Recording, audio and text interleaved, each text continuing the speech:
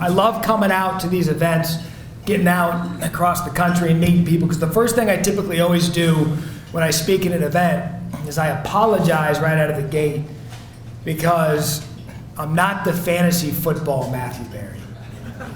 And you'd be amazed how many times people are like, oh, the fantasy guy's coming. I'll ask you about, I'll give you fantasy advice, but I'll do bad advice on purpose. Just, I'm not the fantasy guy. In fact, last night at the hotel, they were dropping me off, and Zach, who took me to the hotel, said, oh, the woman at the front desk was incredibly excited to meet you. She said that she listens to the podcast. I'm like, wow. She listens to Maddie and the Caddy. And I'm like, nope, she thought it was the fantasy football one, didn't she? She said, yeah, so I had to break her heart. But happy to be here. A couple of things right out of the gate as I've been here now since last night. I always forget that you've got to put yourself in the place where you are. And so I'm talking to a lot of people. Met an Arizona State young man who works at the local television affiliate. And so I'm an Arizona State guy. I was born and raised in Arizona, so that's where my head and my region is. And I'm talking to some of these high school seniors and people getting ready to go to college. Like, well, where are you going to school? And they keep saying U of A. And I'm like, well, why the hell would you go to Arizona? And then I have to remember, got it, local, Arkansas, congratulations. So I'm a quick study. As Bo said a second ago, SportsCenter AM, Friday, Saturday, Sunday, 7 a.m. Eastern. I'm a college football nut. It's my drug. It's what I love to do. I love every part of it. I love spring football. I love recruiting. I love the season. I love being in places where college football is passionate. I grew up in Arizona, going to Arizona State. We didn't have an NFL team until 1987 in the Arizona Cardinals. Some would argue we didn't have an NFL team until the mid-2000s. But either way, college football was my sport of choice. I've stayed the same size since I was 16 years old. Knew I wasn't going to go play college sports, grew up playing sports. I knew that I wanted my career to be involved in sports in some way. So I go to Arizona State, Walter Cronkite School of Journalism, and decide to embark on this career talking about sports. Because who doesn't want to get paid to talk about sports for a living? I thought it was a great way to just go about life and going to all these other places. And I got the rude awakening after graduating from Arizona State in 2001. My first TV job was in Rhinelander, Wisconsin. Now I'm 22 years old, born and raised in the desert, go to one of the great party schools in the country, and I decide that Wisconsin is the place where I need to start my career. I made no money, lied to my parents about my salary, told them, look, yeah, I'm making this, we're good to go. Meanwhile, they're still paying for car insurance. They're basically still paying my way through life. But the great thing about the job is I got indoctrinated into Big Ten football at the time. We were about 2.5 hours from Madison, Wisconsin. I would drive down to Madison on Saturday for the Wisconsin Badger games, and then I'd get lucky enough to go to Lambeau Field and cover Brett Favre and the Packers. So here I am, I'm in my career, I'm talking football. I've got the Packers, I've got the Wisconsin Badgers, life is good, except for the first year I was there, it snowed on Cinco de Mayo, and I'm like, I'm out of here. So I was there for a season and a half. I actually get out of TV. I got out, I quit my career at 22, 23 years old. It wasn't what I thought I would be. I moved back to the West Coast, have what I call my 1-year sabbatical bartending at the beach. And I'm like, you know what, this is stupid. I went to school for something that I wanted to do, I'm gonna get back in. So I dust off my tape. I get back into television in a small market called Lawton, Oklahoma. Yeah, you know it. And it was a split market with Wichita Falls, Texas. Now the great thing about the Lawton market, which you probably never hear in conjunction with Lawton, Fort Sill, love the place, was that it was the home market to Oklahoma football. We're about 50 minutes to an hour away from Norman. And at the time, Bob Stoops had that thing going. Jason White was the starting quarterback. He won the Heisman Trophy. Next year, a true freshman running back by the name of Adrian Peterson comes in. They go to back-to-back national championships. It's great. So while I'm doing Oklahoma football, there's also this guy up the road, head coach at Oklahoma State named Les Miles. And I'm like, who's this guy? This guy is great. He's entertaining. He's mouthing off to Bob Stoops. He's got that thing going at Oklahoma State. I believe Josh Fields was the quarterback at the time. Tatum Bell was the running back. They had a really good program. But again, along the way, along my career, it's college football. And so now I've been to the Big Ten. Now I've been to the Big 12. And I'm seeing really what it means to different areas of the country. And by now I'm hooked. Now I know what it means to be a passionate fan base in Madison, Wisconsin, and in Norman, Oklahoma, and in Stillwater, Oklahoma. From there, in the career sense, I don't know if many of you are familiar with the broadcasting industry. It's like anything. You start at the bottom and you work your way up. Well, in TV, when you start at the bottom, you're starting in market 200-something, which is typically a town of 10,000 people with nothing much to cover. And so you're working your way up. So I'm in Oklahoma. At the time, that's market 135. I send my tape to Columbia, South Carolina, home of the South Carolina Gamecocks, market 79. Go out there for an interview, get the job. I get the job the exact same time Steve Spurrier accepts the head coaching job at South Carolina. And those 3 years that I had there were some of the most remarkable times of my career because I got to be face to face with a legend of the sport. And he was so quirky and so interesting. And the way that he went about running a program, I think at the time I was 25, 26 years old. And I got to see it firsthand. I got to see a Hall of Famer work. I got to see him take a program that used to brag about selling out games when they were 0-11 and turn them into a perennial contender in the SEC East, winning 11 games 3 straight years, which was unheard of in South Carolina. From there, I had a setback in my career when I was in Columbia. One day I did radio 5 days a week, 7 to 10, or 10 a.m. to 1 p.m. I wake up for work one day, and something was off. I just couldn't know what's going on. I didn't feel right. I go in, and something's weird going on with my face. So I go do radio that day, and I'm talking to my co-host, and I do what everyone typically should do when there's something going on with their body. You Google your symptoms. So I Google my symptoms during one of our commercial breaks, and my co-host, Tim Hill, he's still out there doing radio. I'm like, man, something's not right. I'm telling you, something with my face isn't going well. So the options when I Google my symptoms were a brain tumor, a stroke, or Bell's palsy. So I'm leaving the radio station. I go to take a sip of water, and the water falls out the side of my face. I'm like, all right, something's going on. So I call my girlfriend at the time, then fiance, now wife. I was like, babe, I think I'm having a stroke. Something's going on. So I go right to the emergency room. I go to the emergency room. They do the test on me. Turns out I had Bell's palsy. At 26 years old, getting ready to go into college football season, the entire left side of my face was paralyzed. I looked like I had a stroke at 26 years old. I had to sleep with an eye patch. I couldn't close my eye. I could barely talk. At this time, I'm thinking my career's over. It's done. I don't know what I'm going to do. I've tried to work my way up. I'm still young, trying to get up to that point in my career, and I think that it's gone. So for about 3 weeks to a month, I'm trying to work my way back. I'm going to acupuncture. I'm doing anything that I can, reading anything that I can to figure out a way to get back into my career and salvage this thing somehow. Am I just going to do radio? You know, Bo knows what it's like to have a face for radio. Am I going to do... What am I going to do? So luckily enough, after about a month of trying to come back from this setback, I start getting nerve feeling back in my face. I start regenerating the muscles back in my face.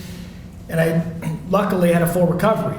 And it was at that moment, it shifted for me. Everything shifted at that moment. I said, you know what, forget freaking out about the little things that can happen in live TV, because it happens. You guys know, I was talking to you guys earlier. Things happen in live TV that I used to just freak out. But I stopped worrying about it. Because there was a time where I thought that it was going to be over. I had a shift in attitude, put together a good resume reel, had a buddy of mine that I worked with back in Lawton, Oklahoma, that was now a news reporter at the NBC station in Dallas, Texas. He says, hey, I think our weekend sports job is coming open. Nobody knows about it yet, but you and I have been friends forever. Give me your tape, I'll hand it to the boss. Give him the tape, hands it to the boss, get a call 2 days later. I get the job, I go out and interview in Dallas, get the job offer in Dallas, Texas, which at that point you're jumping from market 79 to market 5, which is pretty rare. First assignment in Dallas, and it was the assignment that I held for 5 years. I traveled with the Dallas Cowboys. And anything you think you've heard about what happens when you travel with the Dallas Cowboys, it happens with the Dallas Cowboys. And the first year that I was there, it was the summer of '08, it was the year that Hard Knocks was covering the team. And so I'm there with Hard Knocks, and I'm there with T.O., I'm there with Pac-Man Jones, who's trying to get reinstated into the NFL.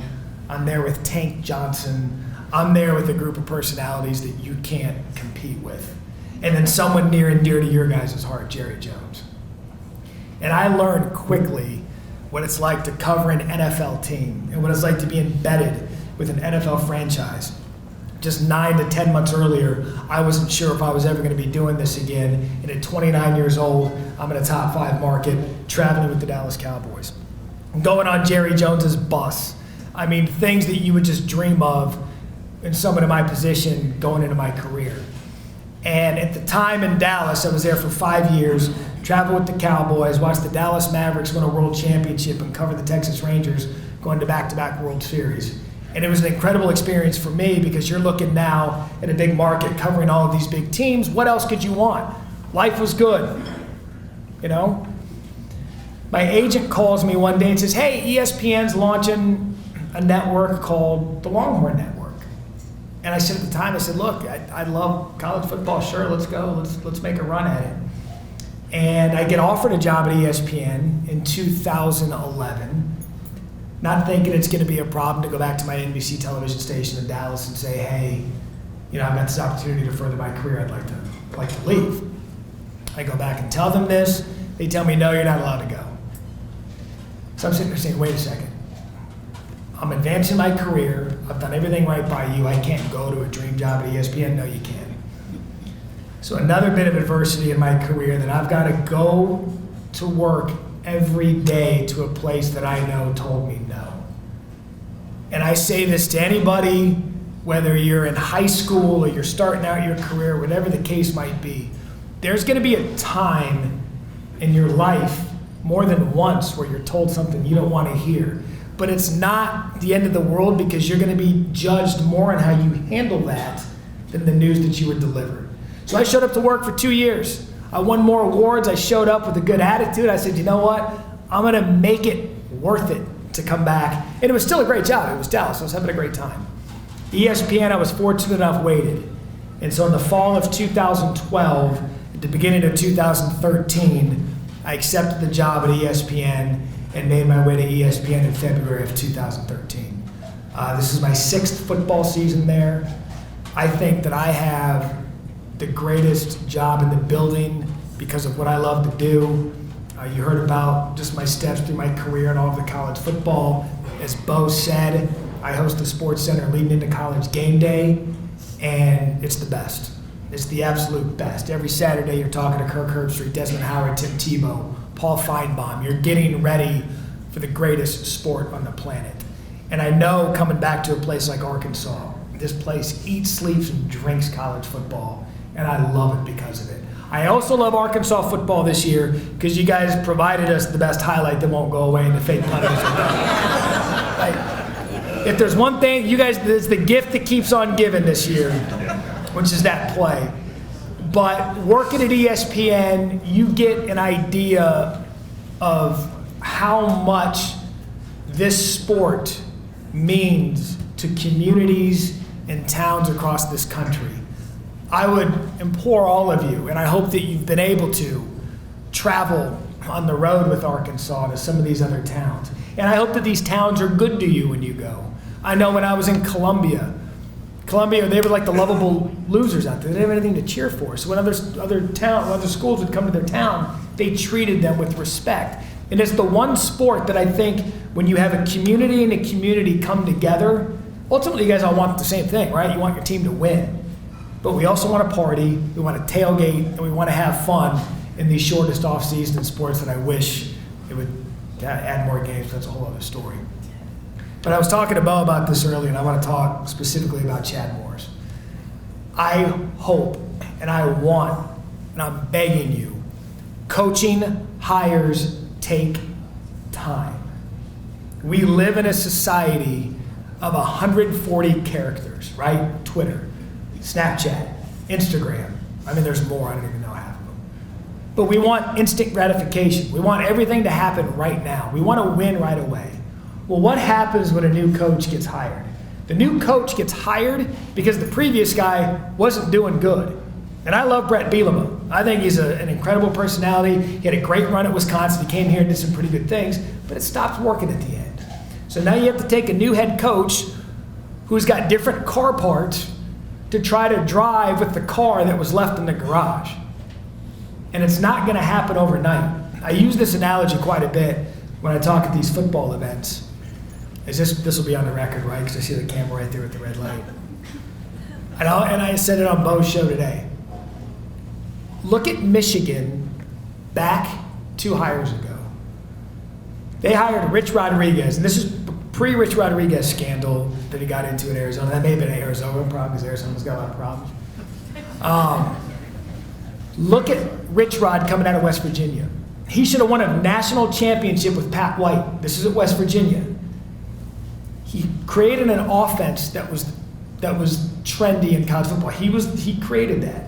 He was once an offensive coordinator down at Clemson. He was that next big guy. So they bring him to Michigan, and they want him to win right away. Well, you can't win with that style with the guys that were there before him. I believe it was Lloyd Carr's team. They needed to take time to get his offense fit with those parts. I am convinced of it. You can't convince me any different. That if Michigan would have waited and let Rich Rod, before he went on all these missteps, if you'd have just waited, you were potentially looking at Michigan, however long Rich Rod was going to be there, at what Ohio State has going now with that type of offense. But Michigan fans were so antsy. He wasn't a Michigan guy. He doesn't do this. We didn't give him time. And I bring that back to Chad Morris because I'll tell you this. Having worked in Texas for 5 years, I know what it's like to cover big-time high school football. A coach you had a few weeks ago, Todd Graham, was my coach at Arizona State. He came through Texas high school football in Allen, Texas. Texas high school football is the real deal. And he came through the system. You guys know with Gus Malzahn here at Springdale. You know what it's like to have a high-powered high school football coach go on to great things. That was Chad Morris. He went to Clemson and recruited Deshaun Watson and was really the difference maker. And Dabo will tell you this. Anytime you talk to Dabo, he'll tell you how pivotal Chad was in the ascent of that program. Then he goes to SMU and revitalizes a program that June Jones started to go like this. But I tell you this for one reason. SEC football is about victories, it's about winning, and it's about being competitive. If you allow the process and the philosophy to take root, you're going to see Nick Saban's not going to be there forever. The tradition that this place has and the background that he has, let him recruit players for the car that he wants to drive. 1-5 is not a good start. No one's sitting here telling you it is. I think you can beat Ole Miss this weekend. Watch the improvement week in and week out, and I would bet in the next 3 to 4 years, you're talking about an Arkansas football program, which, by the way, by then Saban's probably have won 2 more titles, so you might not be around by then. But you're talking about a program that can compete with the LSUs, the A&Ms, and the Alabamas because you were patient enough to give it time. Don't be so antsy early because you don't want to be a program that's got a revolving door because that does no good for anyone. We talk about this at ESPN all the time. Well, who do you want? Who's better? You want to fire Coach X? Well, who are you going to bring in? And I ultimately believe that you guys have the right coach for your job at the right time and the right way at the offense. I think you're talking 13, 15 in the recruiting right now? 13 in rivals. He's going to recruit. And he's going to bring talent here, and it's going to be a fun watch. But let it bake a little bit. And I promise you we'll be back here in a couple of years talking about Arkansas as one of the favorites in the SEC West. I love taking Q&A. I love questions. I'll answer anything. But now that I know the camera's on, I'll probably lie just a smidge. Does anybody have any questions? Yes, ma'am. A few weeks ago, we had a speaker that told us that he thinks that Arkansas has accepted mediocrity as a standard. I'd like to know what your thought is on that. No, I don't. Look, a program that's this rich in tradition, that's my criteria for a college football program. What's the tradition? What came before the so-called mediocrity? I mean, I don't know, you guys, the fan base, have you accepted mediocrity? I don't think you have. I think there's too much tradition here. The facilities are too good. The talent bed around the area is too rich. And you've got a hungry coach. Mediocre, look, mediocre is just an easy cop-out for people to say, oh, they're mediocre. Well, what was there before? And so I don't think this is one of those programs. I firmly believe, I use this analogy all the time with the current state of football and the SEC West. Michael Jordan and Tiger Woods are the greatest to ever do it. Do you know how many championships they took away from Hall of Famers that probably should have won a championship, a major, an NBA title? Nick Saban's changing the sport for good and bad because he's winning so much and he's got such a powerful program. There are coaches and players and teams that are national championship worthy that just haven't been given the opportunity because of what Nick's built. And you're going to look at this era 10, 15 years from now, you're like, oh my God, remember those teams Les Miles had at LSU? How did they not win? How did this team not win? And we're just in one of those periods similar to Tiger and his run, Michael and his run, where there's programs and players that aren't going to win titles because of the guy that's currently in place. Oh, come on, questions. Fantasy football questions? What do you think something we'd be surprised to learn about working at ESPN? The hours. Like my hours. I'll give you an example of what my hours are. I get to work at 4 a.m., wake up at around 3:15, because we're on air at 7 a.m. Eastern. And so on Saturdays, I'll get off air at 9 a.m., usually home at around 9:30, 9:45. Watch a little game day, go for a run, take a nap, wake up for the second half of the noon games, and I'm watching football from 1:30 p.m. till Pac-12 after dark at 1:30 a.m. Eastern. And so I'll typically get about a 2-hour nap, throw on a little extra makeup on Sunday, and do TV. But the hours there, and just the sheer size of the place, it's a legitimate campus. Close to 5,000 people work there. It's huge. It took me 3 months to learn where the bathrooms were and where to go. I was like lost half the time, but it's an incredible place to work, incredible people and resources. But I think the hours, people don't know that there's a staff that's in before I even get in, that starts their day at 7 p.m. and they're there till 3 a.m. So I got into this industry not knowing it was going to be Monday through Friday. I've worked every holiday my entire career. I've never had weekends off. Wednesday, Thursday days off are the best days off on the planet. Everyone's at work. All the Monday through Friday suckers are at work, and I get to run around on Wednesdays and Thursdays and have fun. Football questions, Arkansas questions, yes sir. Kelly Bryant. This is where I got to balance the camera and the answer. I understand what Kelly did. In fact, that I like that Kelly Bryant took advantage of a rule that benefits players, because how many times have we seen the NCAA not have rules that benefit the players? Virtually none. So I applaud him for taking advantage of the rule. But there's something in me that says, this is your team. These are your guys. Had he stayed that week, he'd have been saving the season when Trevor Lawrence got hurt. I'm not an NFL scout. I don't know that he's an NFL quarterback. I understand why he did it. But I'm always one of those people that stick with your guys. Now, Jalen's different. Jalen's got an extra year, and so people are using the comparison. I'd compare him more to Brandon Wimbush at Notre Dame. He got benched for a younger guy. He could have transferred if he wanted to and didn't. I would have loved to see him stay there. I'd have loved to see them create a package for him. He's a talented player, but I'm not big on a guy who left in his senior year when he's done so much for the program. I understand why he did it. I just don't necessarily agree with it. Yeah. Who do you think are the 4 teams going to the college football playoffs, and do you think it should go to 6? No, it shouldn't go to 6. I think 4 is perfect. Because if you look at the rankings, I don't necessarily agree that there are 8 teams every year that deserve to play for the national championship. 6, you'd be getting an argument of who gets buys and why. If there was going to be expansion, I'd say 6, but I love it at 4. Alabama's a lock. They're in. Notre Dame, if they went out, they're a lock. They're in. Ohio State is loaded. They're in. And I think Clemson's going to win the ACC. They're in. Notre Dame's the one that's going to screw it up for everybody, which I think is kind of fun. I don't think the Pac-12's getting one in. I don't think the Big 12's getting one in. And I don't think the SEC is going to have 2 teams like they did last year. Georgia goes undefeated until the SEC championship and has a close game? They're in. I don't think they're out though.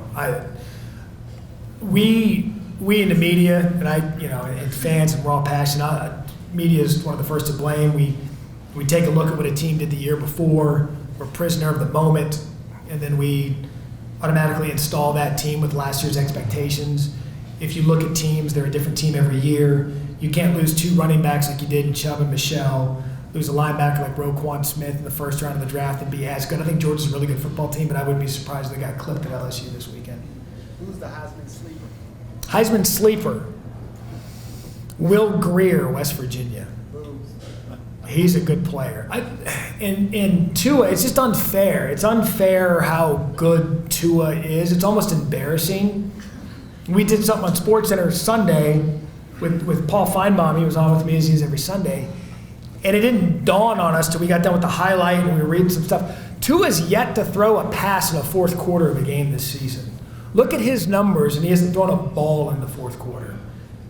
And, the fact that Nick Saban's finally got a quarterback is just highly unfair.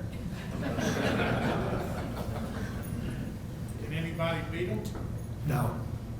Maybe in the SEC? I'm talking about Period? anybody. Clemson would be my only, just because they've got the dudes on defense. They could maybe pressure Tua a little bit. He gets rid of the ball so quick. Bo and I talked about this earlier. The 1 year where I think we had a competitive balance with Clemson, Ohio State, maybe a Big 12 team, maybe Notre Dame, that Nick Saban has his best team that he's ever had. I'd be stunned if someone beat him, stunned. Any thoughts on where Kelly Bryant may transfer? This would be a nice spot for Kelly Bryant to show up. He certainly fits what Chad Morris can do as an offensive play caller. People pick the same ones every time. They pick Arkansas, they pick Auburn. Just because I think those two style of offenses fit his skill set. He'd be great here. You get Chad that buffer year with the young freshman quarterback he has here, get in, running around a little bit. And that goes back to your question about him transferring. There's no guarantee that he's going to go somewhere and start. He's gambling on himself, and I applaud him for it, but Arkansas would be a good spot for him.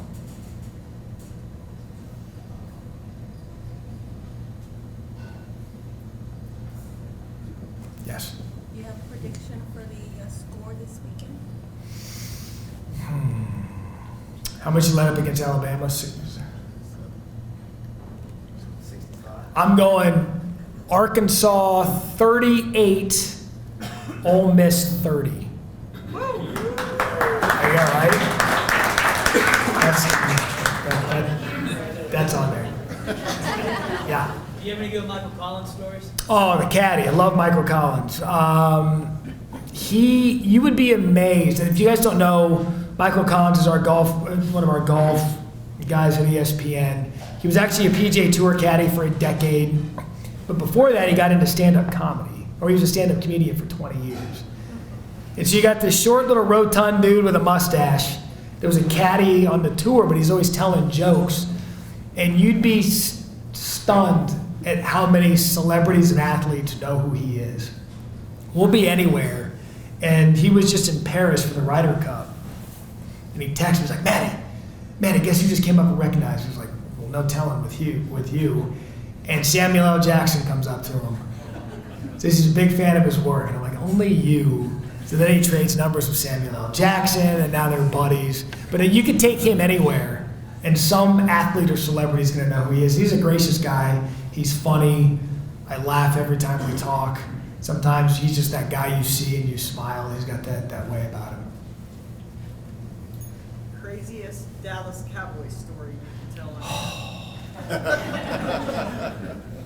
What does it turn the camera off? We'll go overtime on that one. No, it was that organization. I've never seen such a thing in person. I mean, I was basically living a 5-year documentary with them just because of the run that they were on. But we would travel on the team charter. We would then be on the team buses to the team hotel. We'd stay at the team hotel. And it didn't matter what city, Philadelphia, DC, New York, Pittsburgh, name it, you get to the hotel of the team lobby Still don't know how these people know where the Cowboys team hotel was. And the lobby would be absolutely packed with Cowboys fans. Packed. Any city you go to. And I'm like, how do these people know, one, the team hotel, and two, we're in Pittsburgh. Why are there Cowboys fans? And to see it up close in person, it was an incredible experience. I got, to know the players. I'm not a Cowboys fan. I'm an Arizona Cardinals fan because I was born and raised in Arizona, but I root for the people. When we hired Jason Witten from Monday Night Football, I think Jason's a great person. I love Jason Witten. That run they had with Romo's a good dude. DeMarco Murray, he's a good guy. So you really get attached to the people. And, I mean, it's the Cowboys. There was always something going on. Is it time for a coaching change for the Cowboys? I think it's gotten a bit stale. I think it's gotten, and that's kind of a criteria that I use when looking at a coaching change. In college, has the recruiting gone down and has the team quit? You can always tell if it's time to move on if a team has quit or the recruiting is stalled. For the Cowboys, Garrett's been there for a long time. I think it got a little bit stale. Jerry sometimes likes to make moves. He's pretty impulsive. I wouldn't be surprised either way, but I think looking at it, I'd have gone for it if I were Garrett, but I'm up here, I'm not a head coach. But I wouldn't be surprised if they make it. I think that thing's run its course. What do you think of Jerry Jones? Love him. I do. I love Jerry Jones. Why? Because in my industry, in the media industry, what do you want? You want people that are going to talk on camera, and you want good sound bites. Jerry Jones never met a camera or a microphone he doesn't like. I mean, you can get anything from Jerry. And as a media guy, it's like, oh, there's Jerry, get the camera, get the mic, and he'd stop and filibuster with you for about 20 minutes. And it was always the Jerry stuff you would use. You could get Tony Romo sound that day. I was there for a season and a half before Wade Phillips got fired. You could get all of that, but you wanted Jerry. And Jerry loves his alma mater, loves this place. And I love that about him. I'm a big believer in people who never forget where they came from. Big believer. And for him to organize that game, to get Arkansas A&M back at his stadium, I thought was a great move on his part. And he's one of those guys that, if you look at his career and how he got to where he is, look at how many risks he took in his life. That's why he didn't like the fourth down call, because he's a guy that likes taking risk. And he's good for the NFL. When the NFL was going one way back in the early 90s, he went that way. He's made more money for this league than any owner, and you guys are lucky enough to call him your own. And just being around that organization, I can tell you firsthand, and you guys know, he loves Arkansas and loves Arkansas football. It may have tainted a couple of his draft picks, but nothing wrong with being loyal. Go back there first, yeah. Most memorable sporting event you've ever covered? My favorite sporting event every year is the Masters. I do our coverage for SportsCenter at the Masters. I just think there's something special about it. The most memorable moment of my career, the game wasn't even in the city where it was happening. I got a call. It was a Monday. It was my day off. Boss calls. He's like, Matt, I need you on the next flight to Chicago. All right, what's going on? Game 6 and 7 of the World Series are in Cleveland. Why do you want me in Chicago? Because we need you there in case the Cubs come back and win. All right, get on a flight to Chicago, do coverage there Tuesday morning, day of Game 6. Cubs win Game 6, so we got the day off in between, ramping up our coverage again. And then I was in the Cubby Bear doing our show, and at the Cubby Bear Live when the Cubs won the World Series. And I'll never forget that. Just, I'm a baseball fan, but being in Chicago, in Wrigleyville, when the team's in Cleveland, to be there when the streak finally ended, I mean, it was a moment of just drunk stupidity from the fans that I'll never forget. It was fun. I was going to say, the favorite college town in all your travels that you've traveled to. I love Ann Arbor. I thought Ann Arbor was, because I'd never been there. I've been to most towns in the South, and I love them all. Oxford, Fayetteville, Baton Rouge, Gainesville, but there was something unique about Ann Arbor that I just really enjoyed. I guess it was just because I'd never been there. South Bend's a great campus. Notre Dame's a great place, the college town. doesn't have as much to do, but I thought Ann Arbor was one of the best. And it was Jim Harbaugh just got hired, so there was a lot of passion and energy. Yes, sir. Favorite Steve Spurrier story? Oh. Okay. I just get the job, and another media behind the scenes story.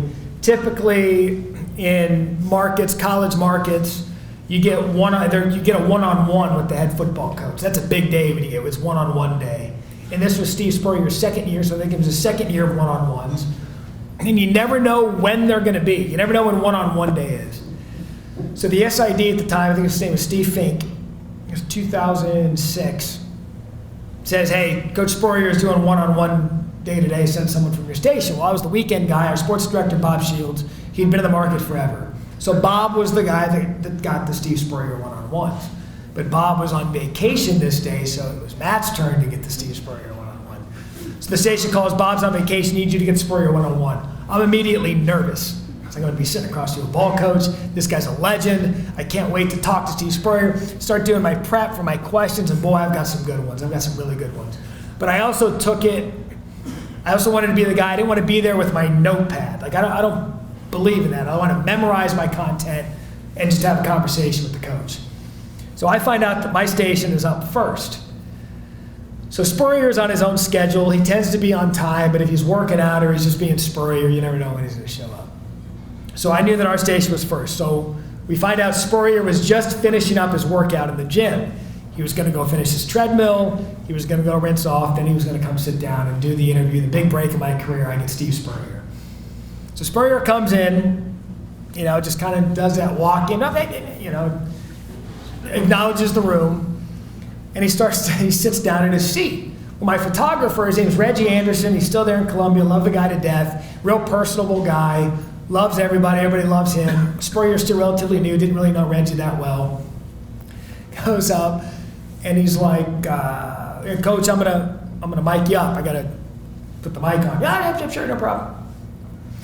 So it was a clip-on mic, which for the photographer, they don't like to see the cord, running down the shirt. So what does Reggie do? He sticks his hand under Steve Spurrier's shirt and starts running his hand up Spurrier's shirt.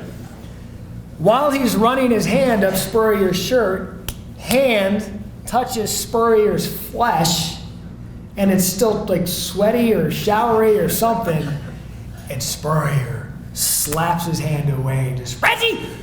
Freaks out. So now, Reggie's nervous, ball coach is pissed, and I haven't even conducted the interview yet. And so he's sitting there glaring at me, and I'm like, Reggie, why did you have to feel up Spurrier 2 seconds before my big break? So now I'm nervous, I'm sitting there, you can tell Spurrier just doesn't like being touched, like being bothered. Finally, we get the microphone on with no more skin touching, and you can just tell that whole time Spurrier he wasn't into it. And then finally, probably midway through the interview, he started to loosen up a little bit. And I still have this on tape in one of my boxes of old broadcasting tapes. At the end of the interview, see, Reggie came full circle this day. He started off by ticking off Steve Spurrier, but he ended up rolling on the interview a couple of minutes after we were done. And Spurrier actually said on camera, I have it, he says, Matt, those are the best questions I've ever been asked. So while Reggie was done, took it to have that moment. But he was in Spurrier's. I love that he's, I guess, acting now. He's in commercials all the time, but he's always talking to himself. He'd get up to a podium, and so if this was a press conference, a post-game press conference, he'd come up, game would be over, always had a Sprite Zero, and he would just come up to the podium, he'd start going,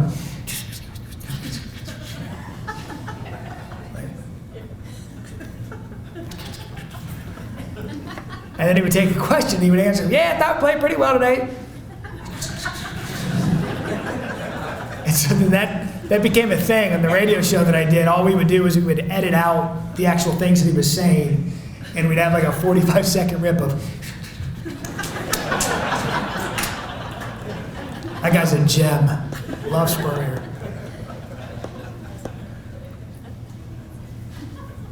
Anybody, any more? Yeah. 2 more? Who inspired you to do your job? That's a good question. I grew up, my father worked for Maricopa County Sheriff's Office in Arizona. My mother was a nurse. And so we had one of those families that, because of their jobs, and specifically my dad's, we would watch the local news. And so I would watch our local news people in Arizona at the time. There was two. There was a guy named Gil Tyree and another named Mark Curtis. And it's why I was so motivated to go the local news route, because I remember watching the local news with my dad and my family, and like, that guy gets to go to games. That guy gets to talk about sports. What a great job. And so I ultimately ended up going that path because I knew I was going to do sports beyond high school. And so I'd say the local news guys in my market did, because I thought that they had the greatest job, which was, wait a second, they get paid to go to games, they get paid to talk about sports. If I'm lucky enough to be able to get into this career, and that's why I talked to a couple of your local reporters and anchors here today, because I know what it's like. I know what it's like to move somewhere where you don't know anyone. You know, very often when you guys watch your local news, very rare is the time where the person that's that main anchor or main reporter, very rare is the time that they were born and raised here. It's special if they were, but a lot of the time we come from other places and we try to indoctrinate ourselves into the community so quickly.